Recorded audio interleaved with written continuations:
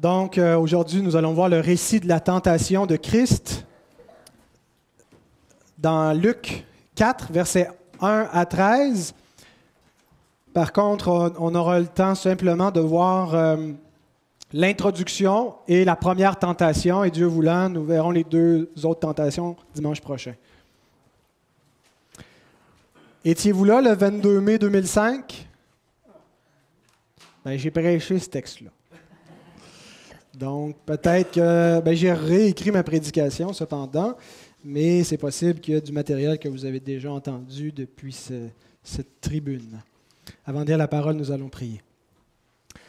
Seigneur, nous voulons te rendre grâce pour toutes choses. Tu es bon, notre Dieu, et il est bon d'être en ta présence. C'est un délice, Seigneur. Notre Dieu, répand sur nous ton esprit. C'est par ton esprit, Seigneur, que tu agis dans nos cœurs.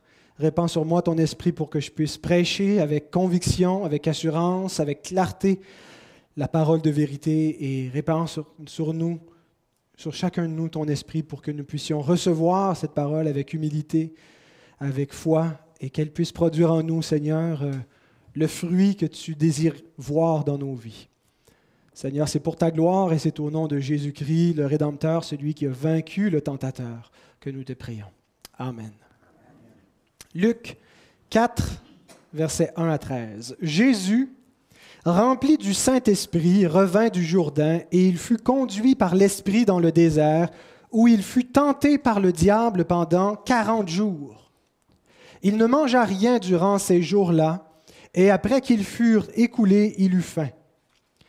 Le diable lui dit, « Si tu es le Fils de Dieu, ordonne à cette pierre qu'elle devienne du pain. » Jésus lui répondit, « Il est écrit, l'homme ne vivra pas de pain seulement. » Le diable, l'ayant élevé, lui montra en un instant tous les royaumes de la terre et lui dit, « Je te donnerai toute cette puissance et la gloire de ces royaumes, car elle m'a été donnée, et je la donne à qui je veux.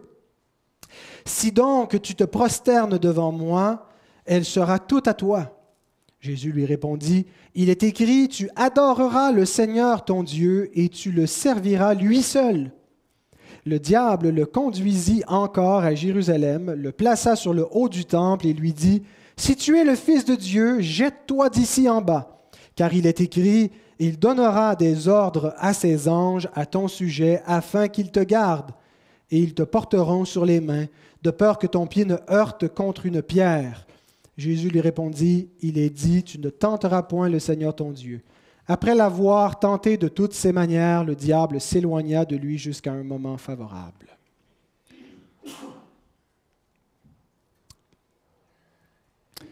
D'emblée, j'aimerais vous suggérer deux bénédictions pour nos âmes dans ce récit de la tentation du Christ. L'obéissance active de Jésus, première bénédiction, et l'exemple de Jésus. L'obéissance active de Christ est une bénédiction pour notre âme. Vous savez, nous sommes souvent découragés par nos échecs dans la tentation. Lorsque nous succombons, lorsque nous faillons d'obéir, il nous arrive donc d'être vraiment découragés, d'avoir l'impression que nous n'y arriverons jamais et d'avoir l'âme lassée.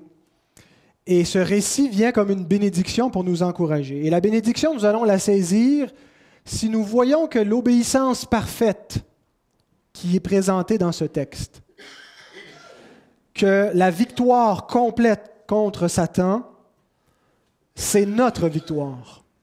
C'est nous qui avons résisté.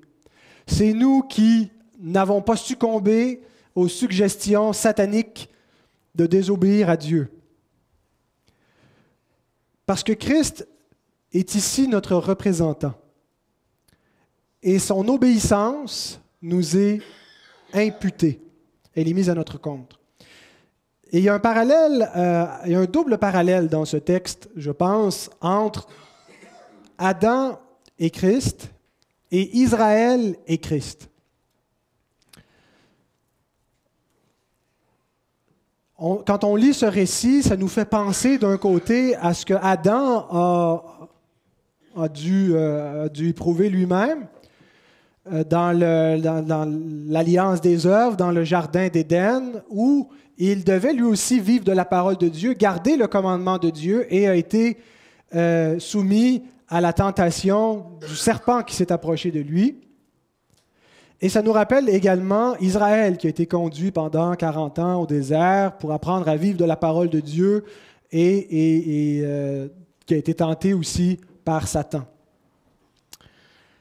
Rappelons-nous que lorsque Adam a été tenté, il n'était pas simplement là comme un individu, mais comme représentant de toute la race. En lui se trouvaient tous les hommes dans l'alliance de la création. Et ce qui advenait d'Adam, c'est ce qui advenait de tout homme. Sa chute a été la chute de tous les hommes. Par un seul homme, le péché est entré dans le monde. Et le péché a atteint tous les hommes, parce qu'en Adam, tous ont péché. Ici, Jésus n'est pas simplement mis à l'épreuve comme individu, mais comme représentant d'un peuple, de son peuple. Donc, il y a ce premier parallèle à faire avec Adam, et de voir que c'est cette notion de représentation et de comprendre que la bénédiction est là pour nous parce que Christ est notre représentant. Alors, si ce qui était vrai d'Adam est vrai de nous, si ce qui est vrai de Christ est vrai de nous également. Son obéissance, c'est notre obéissance. Sa victoire, c'est notre victoire. L'autre parallèle, c'est avec Israël. Israël est appelé fils de Dieu. Dans le livre de l'Exode, nous lisons Exode 4, versets 22 et 23, « Tu diras à Pharaon, ainsi parle l'Éternel, Israël est mon fils, mon premier-né. Je te dis, laisse aller mon fils pour qu'il me serve. Si tu refuses de le laisser aller, voici, je ferai périr ton fils, ton premier-né. » Et après qu'Israël soit déclaré fils de Dieu par l'Éternel, il est baptisé dans la mer et conduit au désert pour être éprouvé. Deutéronome 8, 2. « Souviens-toi de tout le chemin que l'Éternel, ton Dieu, t'a fait faire pendant ces 40 années dans le désert, afin de t'humilier, de t'éprouver, pour savoir quelles étaient les dispositions de ton cœur et si tu garderais ou non ses commandements. » Donc, déclaré fils, baptisé et amené au désert pour être éprouvé. Et nous voyons la même chose avec Christ. Christ se fait baptiser dans le Jourdain par Jean-Baptiste. Sitôt qu'il reçoit le baptême, comme représentant de son peuple, il est déclaré fils de Dieu. Les cieux s'ouvrent, une colombe qui descend, le Saint-Esprit qui descend sur Christ sous forme d'une colombe, et une voix qui se fait entendre en disant « Celui-ci est mon fils bien-aimé en qui j'ai mis toute mon affection. » Et il est immédiatement conduit au désert pour être tenté. 40 ans, 40 jours. Jésus récapitule les 40 années d'Israël au désert symboliquement en 40 jours. La différence dans ces deux parallèles, c'est que Christ n'a pas succombé. Christ n'a pas murmuré, Christ n'a pas écouté le diable. Il a triomphé. Et son obéissance est une bénédiction pour nous parce qu'elle nous est imputée. Vous savez, quand on pense à la justification, on pense parfois seulement en termes négatifs. Que la justification, c'est le pardon de nos péchés. Il y avait une faute, elle est enlevée. Mais il manque un élément. La justification, c'est l'imputation de la justice de Christ à notre compte. Donc, ce n'est pas simplement que notre péché est ôté, mais c'est que l'obéissance parfaite de Christ nous est donnée. Et Dieu, sur cette base-là, nous déclare justes. Ce n'est pas sur la base de notre propre obéissance que nous devenons justes ou que nous pouvons même plaire à Dieu, mais c'est Christ qui nous justifie, qui nous rend justes et obéissants aux yeux de Dieu. C'est ce que Paul déclare dans plusieurs textes, entre autres 1 Corinthiens, chapitre 1, versets 30 et 31.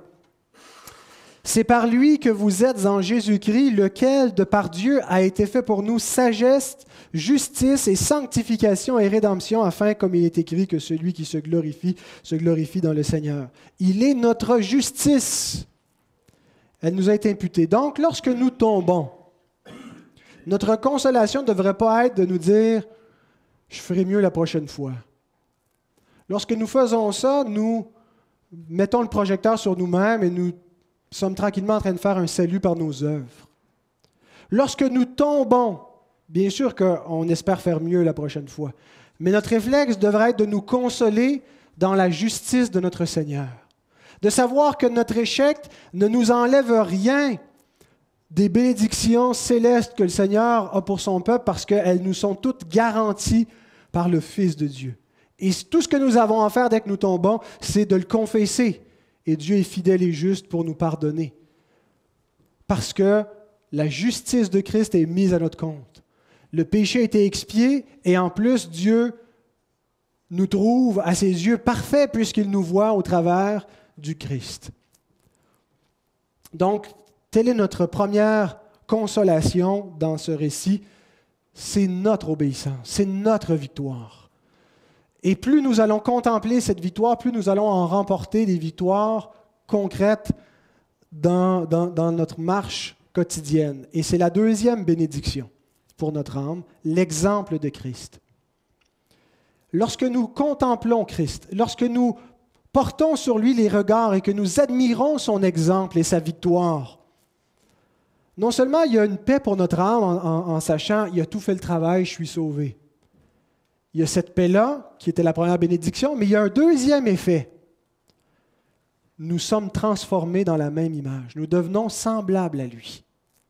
Pour devenir semblable à Christ, il faut porter sur lui les regards, il faut l'embrasser de la foi, il faut le contempler, l'étudier, croire en lui et le suivre.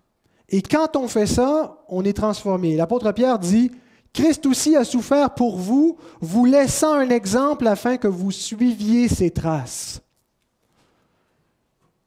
Il ne nous a pas juste sauvés pour qu'on reste tel quel, mais il nous sauve, il nous justifie aussi pour qu'on soit sanctifié, pour qu'on suive ses traces. On ne peut pas avoir l'un sans l'autre. Il n'y a pas de justification sans sanctification.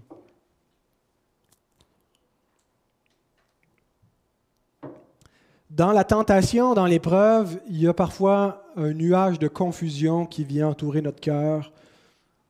On est confus, on ne comprend pas pourquoi Dieu permet telle épreuve, pourquoi est-ce qu'on souffre. Ce nuage se dissipe lorsqu'on regarde à Christ et on commence à comprendre un peu mieux la nature et le but de la tentation. Notre perspective est transformée, donc en le contemplant. L'Épître aux Hébreux nous dit que dans nos épreuves, il y a un grand risque de se lasser l'âme découragée, l'âme qui se dégonfle, une dépression de l'âme. Et c'est pourquoi il nous exhorte à porter nos regards sur le Christ. Lui qui a souffert pour nous. Et lorsque nous portons sur lui les regards, c'est ce qui vient raviver notre âme. Et nous apprenons comme lui à obéir en le regardant. Donc, ce sont les deux bénédictions que nous retrouvons pour nous dans ce récit de la tentation. Examinons maintenant les deux premiers versets. Dieu conduit ses enfants au désert pour être éprouvés. Versets 1 et 2. Jésus, rempli du Saint-Esprit, revint du Jourdain et il fut conduit par l'Esprit dans le désert où il fut tenté par le diable pendant 40 jours. Il ne mangea rien durant ces jours-là et, après qu'ils furent écoulés, il eut faim. La première chose sur laquelle je vais attirer votre attention, c'est que c'est l'Esprit de Dieu qui conduit Christ au désert. Si je vous dis que Dieu tente ses enfants, vous n'aimerez sûrement pas ça, parce que là, c'est le verbe tenter, on pense à Jacques qui dit Dieu ne tente lui-même personne. Le mot tenter, peirazzo, a deux sens. Le sens de tenter comme Satan fait, essayer d'amener quelqu'un à pécher, c'est ce que Dieu ne fait pas. Mais le mot peirazzo a aussi le sens de tester, de mettre à l'épreuve, de révéler la nature de quelque chose. Et ça, Dieu le fait. Dans ce sens-là, Dieu tente. Peut-être qu'au lieu de tenter, si je vous dis le mot éprouver, Dieu éprouve ses enfants. Avez-vous un problème avec cette affirmation? Avez-vous un problème avec ce concept de Dieu qui désire vous mettre à l'épreuve? Dieu ne veut pas simplement vous rendre la vie facile, agréable, comme dans vos scénarios idéaux où tout va bien, il n'y a jamais rien qui brise, il n'y a jamais de dispute, on n'est jamais malade, on est au paradis. Ce n'est pas le genre de vie que Dieu veut nous donner. Dieu veut nous mettre à l'épreuve, veut nous faire passer par le creuset. Dieu veut nous faire souffrir. Est-ce que ça vous dérange de concevoir, d'entendre une telle chose? Écoutez ce que l'apôtre Pierre nous dit. 1 Pierre, chapitre 1, versets 6 et 7. Il faut, c'est une nécessité que vous soyez attristés pour un peu de temps par diverses épreuves, afin, il y a un but, que l'épreuve de votre foi, plus précieuse que l'or périssable, qui cependant est éprouvé par le feu, ait pour résultat la louange, la gloire et l'honneur lorsque Jésus-Christ apparaîtra.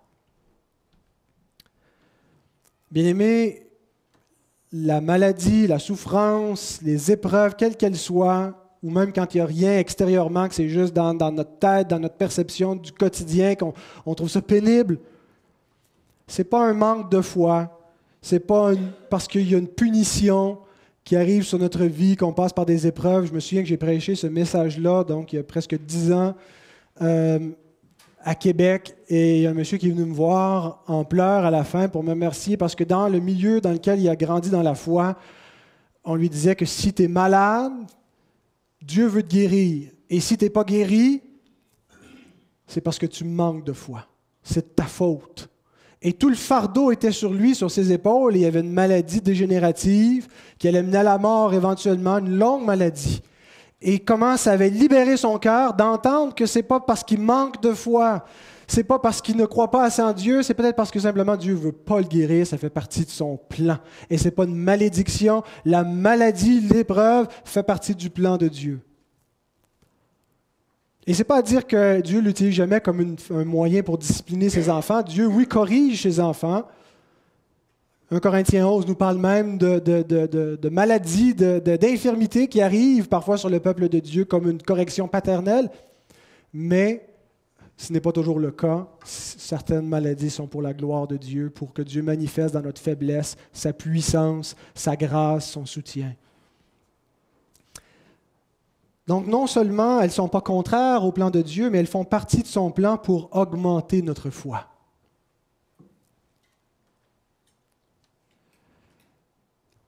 Le Seigneur a un travail à faire dans notre vie. Vous savez, nous ne sommes pas encore parfaits. Qui rit fort, là? Quelqu'un qui le savait ou qui venait de l'apprendre? Nous ne sommes pas encore parfaits. Il y a encore beaucoup de travail à faire dans notre vie. Et Dieu va utiliser le feu de l'épreuve, de la fournaise, pour faire sortir les impuretés de notre cœur. John Owen, un puritain, disait « La tentation n'amène rien dans un homme, mais elle révèle uniquement ce qui y est déjà. » Vous avez peut-être déjà entendu ça, c'est FOI. La tentation ajoute rien. Elle fait juste révéler ce qui est déjà en nous. Et ce n'est pas toujours beau à voir. Hein? C'est comme quand on se pète un bouton. Hein? On fait ça en secret. On ne fait pas ça devant le monde. L'épreuve va faire sortir beaucoup de pus de notre vie, de notre cœur. Est-ce que vous avez vu de l'impureté sortir de vos vies depuis que Dieu a commencé son travail en vous? De l'impatience, de la colère, de l'égocentrisme, une attitude plaintive, le découragement. La tentation vient révéler ce que nous sommes à l'intérieur. Et c'est très sanctifiant de juste réaliser ce qu'on est. Vous savez, je me suis converti vers l'âge de 18 ans. Vers l'âge de 20 ans, je pensais que Dieu avait pas mal fini son travail. Je ne voyais pas sincèrement qu'est-ce qui restait encore à sanctifier. Et puis là, on se marie, et puis on a des enfants, et puis là, on se rendait compte que finalement, il y avait encore un bon bout à sanctifier.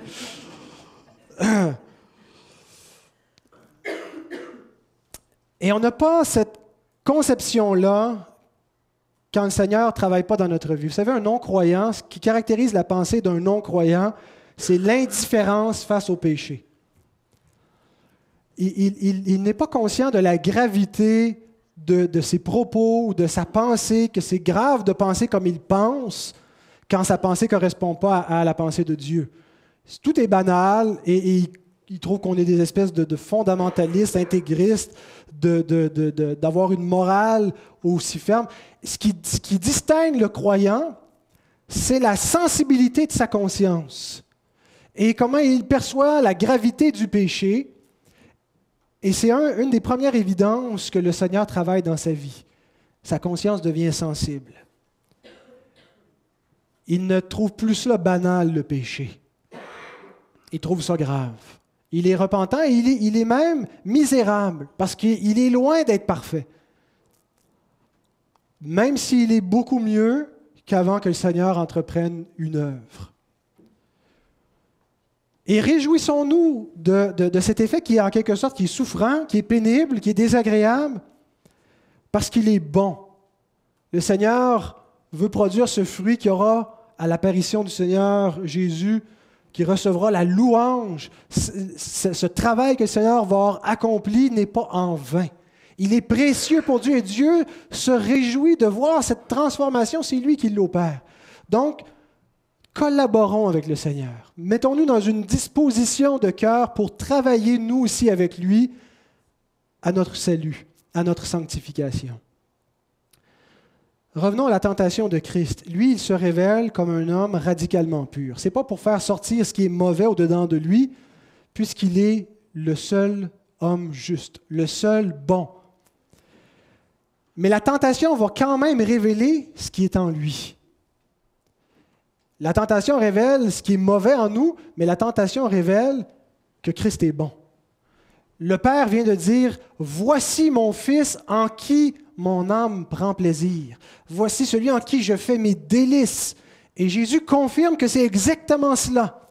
Il est celui qui est parfaitement obéissant, celui dans lequel l'âme de l'Éternel peut se délecter parce qu'il est pur, parce qu'il est droit, parce qu'il est juste, parce qu'il n'est pas un faible qui fléchit, il n'est pas un traître. Il est vaillant, il est courageux, il est glorieux. Et il est notre représentant. Ce qu'il est, il est venu l'être pour nous. Hein, le Fils de Dieu était tout ce qu'il était, mais il a accepté de s'incarner, de prendre une forme de serviteur. Pourquoi? Pour nous. Parce que notre race était perdue. Parce que celui qui devait nous représenter nous avait entraînés dans la chute. Et parce que la corruption était entrée dans le monde. Et il est venu pour vaincre cette corruption. Et il est venu être ce qu'il est pour nous. Et en lui, c'est ce que nous sommes. J'ai dit que c'est l'Esprit qui conduit Christ au désert, pour qu'il soit tenté, pour qu'il soit mis à l'épreuve. Mais remarquez aussi que l'Esprit accompagne Christ au désert. Une autre traduction du verset 1 et 2 pourrait se lire ainsi. « Jésus fut conduit par l'Esprit dans le désert durant 40 jours parce qu'il fut tenté par le diable. » Ça change tout avec ces prépositions-là, n'est-ce pas? C'est pas juste que l'Esprit l'a poussé au désert. Dieu ne fait pas juste conduire son enfant au désert et il l'abandonne là, hein, en disant « Débrouille-toi et ne me déçois pas ». Mais il l'accompagne parce qu'il s'en va là pour être éprouvé. Et ça correspond à la juste façon de voir le synergisme, la synergie dans l'œuvre de sanctification. Le mot synergie vient de deux mots grecs, sun, qui veut dire avec, et ergon, qui veut dire œuvre. La sanctification, c'est nous qui œuvrons avec Dieu ou c'est Dieu qui œuvre avec nous. C'est une synergie. On n'est pas simplement passivement en train d'être transformé puis on n'a aucun effort à faire. La Bible dit « Faites tous vos efforts. Travaillez à votre salut avec crainte et tremblement. » Mais elle nous rappelle en même temps que c'est Dieu qui produit en nous le vouloir et le faire. Que la force agissante de Christ, le Saint-Esprit agit dans nos cœurs pour nous transformer. Donc, il y a cette synergie-là des deux. Donc, on ne doit pas résister à l'œuvre du Seigneur, mais collaborer de tout notre cœur, et c'est comme ça qu'on va être transformé. C'est comme ça que Dieu nous transforme. Et de plus, en voyant que l'Esprit accompagne Christ au désert pendant 40 jours, ça nous console et ça nous montre combien Dieu est bon. Dans notre épreuve, comme je disais, il ne fait pas juste nous jeter dans le désert, débrouille-toi et arrange-toi pour ne pas tomber. L'apôtre Paul nous dit, Dieu qui est fidèle ne permettra pas que vous soyez tentés au-delà de vos forces. Mais avec la tentation, il préparera aussi le moyen d'en sortir afin que vous puissiez la supporter. Il le conduit pour être mis à l'épreuve, mais il envoie aussi le moyen de la supporter. Christ est exposé à la faiblesse, il n'est qu'un homme, il est exposé à la mort, il est soutenu miraculeusement par l'Esprit pour pouvoir vivre dans un désert pendant 40 jours, sans manger. Mais ça ne veut pas dire que l'épreuve ne sera pas difficile. Paul dit ça dans un contexte où il est lui-même éprouvé, où Dieu va l'exposer à toutes sortes de souffrances. Il l'amène à l'extrémité, mais il le soutient et lui donne juste ce qui est nécessaire pour montrer qu'il y a une force surnaturelle qui accompagne Paul. C'est pas normal. Il n'est pas normal, ce gars-là. Qu'est-ce qu'il y a de différent? Il y a l'Esprit du Seigneur qui le soutient dans toutes ses tribulations pour pouvoir les supporter. De supporter même le supplice ultime. Certains des enfants de Dieu sont allés jusqu'à la mort dans l'épreuve.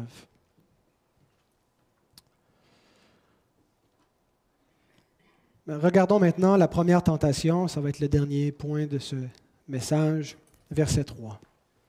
Le diable lui dit, « Si tu es le Fils de Dieu, ordonne à cette pierre qu'elle devienne du pain. »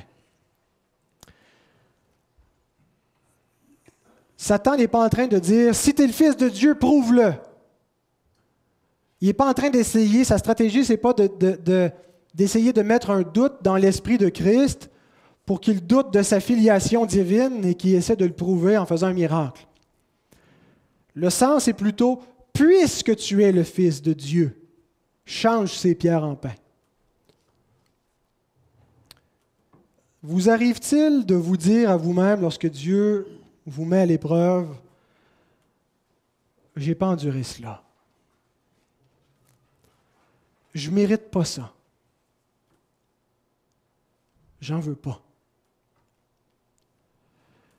C'est exactement ce que Satan essayait d'insuffler dans le cœur de notre Seigneur.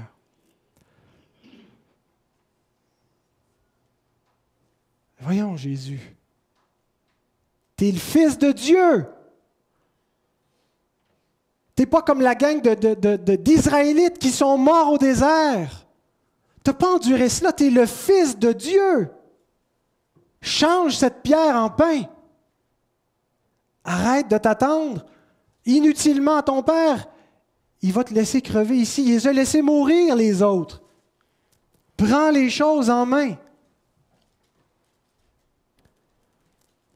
L'objectif de Satan, c'était de briser l'attente patiente de Jésus envers son Père.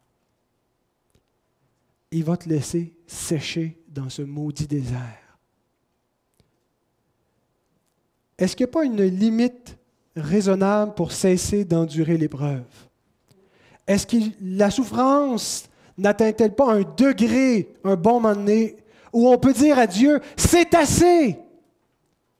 J'en ai assez, Seigneur! Je ne veux plus l'endurer! »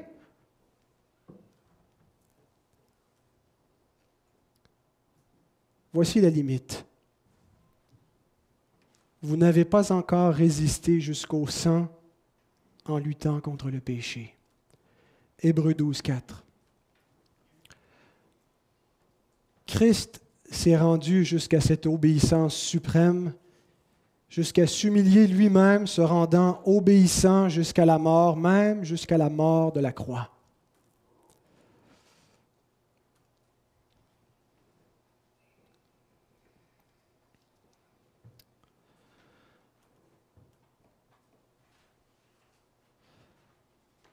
Il ne vient jamais un temps où on peut se révolter contre Dieu et dire « j'en ai assez ». si c'est de telles pensées qui sont venues dans notre cœur, de telles paroles qui sont venues dans notre bouche, Satan est parvenu à faire son travail. Dieu est souverain sur notre existence et nous devons accepter de sa main tout ce qu'il nous envoie. Il y a des moments où on va crier vraiment très fort pour avoir son secours. Dire, Seigneur, viens à mon aide parce que je vais flancher, je vais pécher. Donne-moi la patience. Aide-moi à ne pas perdre courage, aide-moi à ne pas perdre la vision. Mais il n'y a jamais un temps où on peut se révolter. Et si le Seigneur nous pousse jusqu'à la mort, rappelons-nous que même la mort ne peut pas nous séparer de son amour. Il y a un hymne qu'on aime chanter, j'aurais peut-être dû le suggérer ce matin dans la liste des cantiques, « Quel repos céleste ». Vous savez, c'est quoi en anglais ce cantique? « It is well with my soul ». C'est une prière pratiquement qu'on dit que notre âme accepte, notre âme est en paix avec ce que le Seigneur nous envoie. Vous savez par qui ça a été composé? Un certain Horatio Spafford, dans les années 1800. C'était un homme d'affaires prospère aux États-Unis qui avait été ruiné dans un incendie à Chicago en 1871.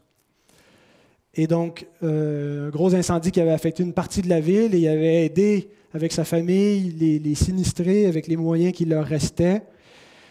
Après que cette épreuve-là, il a quitté l'Amérique pour aller s'établir en Europe.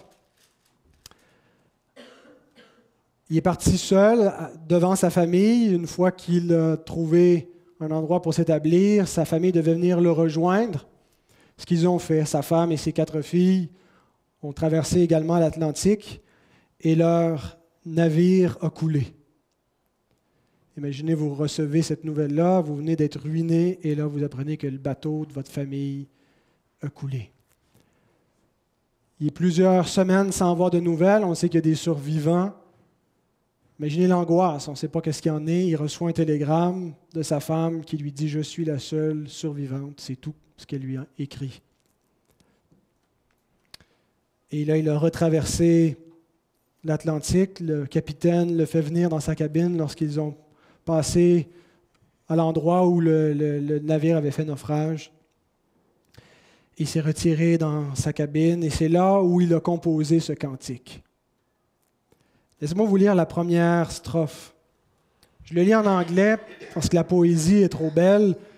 Il dit « When peace like a river attendeth my way, when sorrows like sea billows roll, whatever my lot, thou hast taught me to say, it is well with my soul. » Si après avoir été ruiné, mes 4 enfants devaient mourir noyés, je sais qu'en moi-même, je ne trouverai aucune force pour traverser cela.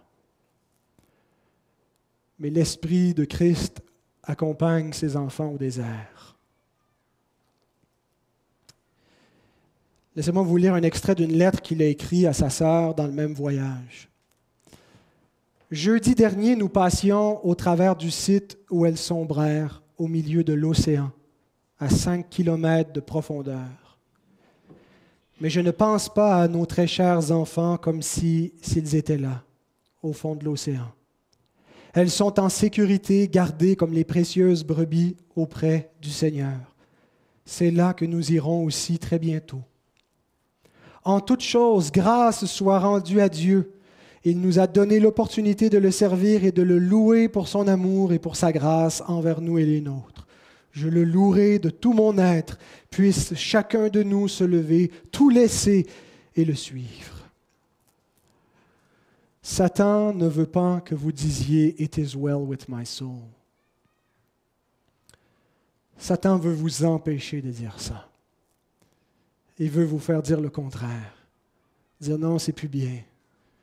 Seigneur, j'en ai marre. J'en ai assez. Tu m'as assez fait souffrir. »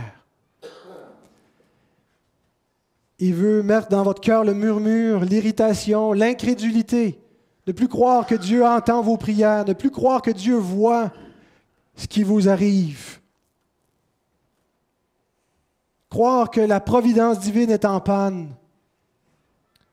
Il veut nous amener à la désobéissance. Regardez quel succès il a eu avec les enfants d'Israël au désert. Exode 16. Toute l'assemblée des enfants d'Israël murmura dans le désert contre Moïse et Aaron. Les enfants d'Israël leur dirent: « Que nous sommes-nous morts par la main de l'Éternel dans le pays d'Égypte, quand nous étions assis près des pots de viande, quand nous mangions du pain à satiété, car vous nous avez menés dans ce désert pour faire mourir de faim toute cette multitude. » C'était quoi leur faute? Mettez-vous à la place d'Israël. Mettez-vous à leur place un instant. On est là au beau milieu du désert avec nos enfants. Il n'y a rien à manger. On est pressé par la faim, par la soif. Le peuple se met à murmurer. On va mourir ici. La peur s'empare. L'angoisse, on entend les enfants qui pleurent. La plainte monte dans leur cœur. Est-ce qu'il n'y a pas un temps où là, c'est trop? C'est l'extrême limite. Le Seigneur ne peut pas aller nous pousser au-delà de ce point-là. Le psalmiste réfléchit sur cet événement-là au psaume 78 et voici ce qu'il écrit. « L'Éternel entendit et il fut irrité. Un feu s'alluma contre Jacob et la colère s'éleva contre Israël parce qu'ils ne crurent pas en Dieu, parce qu'ils n'eurent pas confiance dans son secours. » L'incrédulité, le manque de foi. Bien-aimés, il est possible que notre société s'écroule, que notre gouvernement fasse faillite et qu'on se retrouve au beau milieu d'un désert affreux où des temps difficiles vont venir. Et on va peut-être voir des choses horrifiantes. Et il est possible que ça n'arrivera pas, il est possible que ça va arriver. Mais sachez que si on se retrouve dans une telle tentation, nous devons combattre pour que notre cœur demeure attaché à Dieu, pour ne pas murmurer contre lui, pour espérer dans sa providence et dans son secours, pour croire en sa puissance et pour accepter de sa main la souffrance autant que les bénédictions et les délices, sachant que le meilleur est encore devant nous, que l'espérance ne ment point et que les légères afflictions du moment présent sont passagères. Est-ce que Jésus aurait pu changer la pierre sans se révolter? Ça aurait pu être, écoute, là, c'est le moment extrême, je change la pierre, ça ne veut pas dire que je suis révolté contre Dieu, que je n'ai pas confiance, il faut juste que je mange. Je pense que Jésus comprenait qu'il était amené ici, dans ce désert pour être éprouvé d'une manière unique, qu'il y avait un test à passer, qu'il y avait un contexte, si vous voulez, théologique, que ce n'était pas simplement, dans un autre contexte, Jésus aurait pu changer une pierre en pain pour se nourrir, comme il va le faire à certains moments, changer, multiplier de la nourriture pour se nourrir et nourrir une multitude. Mais dans le contexte où il était, son Père l'envoyait pour être mis à l'épreuve, pour qu'il ne fasse rien d'autre que de s'attendre à Dieu, à son Père, jusqu'à l'extrême limite. Et si tu dois mourir en t'attendant à Dieu, il va te ressusciter. Parce que c'est ce qui va arriver à la fin, dans la vie de Jésus. Mourir dans l'obéissance, aller jusqu'au bout. Jésus savait qu'il devait accomplir l'alliance des œuvres et atteindre la vie éternelle par son obéissance. Regardons sa réponse. Verset 4. Jésus lui répondit, « Il est écrit, l'homme ne vivra pas de pain seulement. » C'est une belle parole magnifique qu'on utilise parfois un petit peu de manière dévotionnelle, puis c'est pas faux de dire qu'on se nourrit de la parole, le pain quotidien, et c'est très vrai, mais je pense qu'il faut voir plus loin encore. Vivre de la parole, c'est quoi? C'est garder entièrement la parole de l'Éternel pour atteindre la vie éternelle. C'est ce qu'Adam a été appelé à faire. Adam a été créé Et il devait atteindre la vie éternelle par son obéissance en gardant la parole de son Créateur. Et il a échoué. Et Christ est celui qui a gardé la parole et qui a atteint la vie éternelle par son obéissance. Tous les hommes finissent par rejeter la parole de Dieu et accepter celle du diable. Même si nous vivons de la parole de Dieu, nous n'en vivons pas pleinement, comme Christ en a vécu. Et cette tentation remonte au jardin. Dieu a-t-il réellement dit? Où on rejette, on doute la parole et on la laisse de côté. Mais laissons de côté ceux qui ont échoué et contemplons celui qui a réussi. N'êtes-vous pas heureux qu'il y a un fils de l'homme qui n'était pas un fils d'Adam, qui a gardé parfaitement la parole de Dieu? S'il n'avait pas fait, s'il n'avait pas atteint la vie éternelle par son obéissance, nous n'aurions pas reçu la vie éternelle non plus. Souviens-toi de tout le chemin que l'Éternel ton Dieu t'a fait faire pendant ces 40 années dans le désert afin de t'humilier, de t'éprouver, pour savoir quelles étaient les dispositions de ton cœur et si tu garderais ou non ses commandements. Il t'a humilié, il t'a fait souffrir de la faim, il t'a nourri de la manne que tu ne connaissais pas et que n'avaient pas connu tes pères, afin de t'apprendre que l'homme ne vit pas de pain seulement, mais que l'homme vit de tout ce qui sort de la bouche de l'Éternel. Le chemin de la vie éternelle, c'est l'obéissance. Fais cela et tu vivras. Vous avez déjà lu cela? C'est le principe de la loi qui mène à la vie. Une loi qu'aucun homme n'a pu accomplir une fois que Adam a chuté. Christ est celui qui a accompli cette loi. Fais cela et tu vivras. Une loi de vie. Il a gardé les commandements et il a vécu de la parole de l'Éternel. Et c'est par lui que nous aussi, nous atteignons la vie éternelle. C'est par son obéissance, c'est parce qu'il a vécu de la parole de l'Éternel que nous vivons nous aussi éternellement. Amen.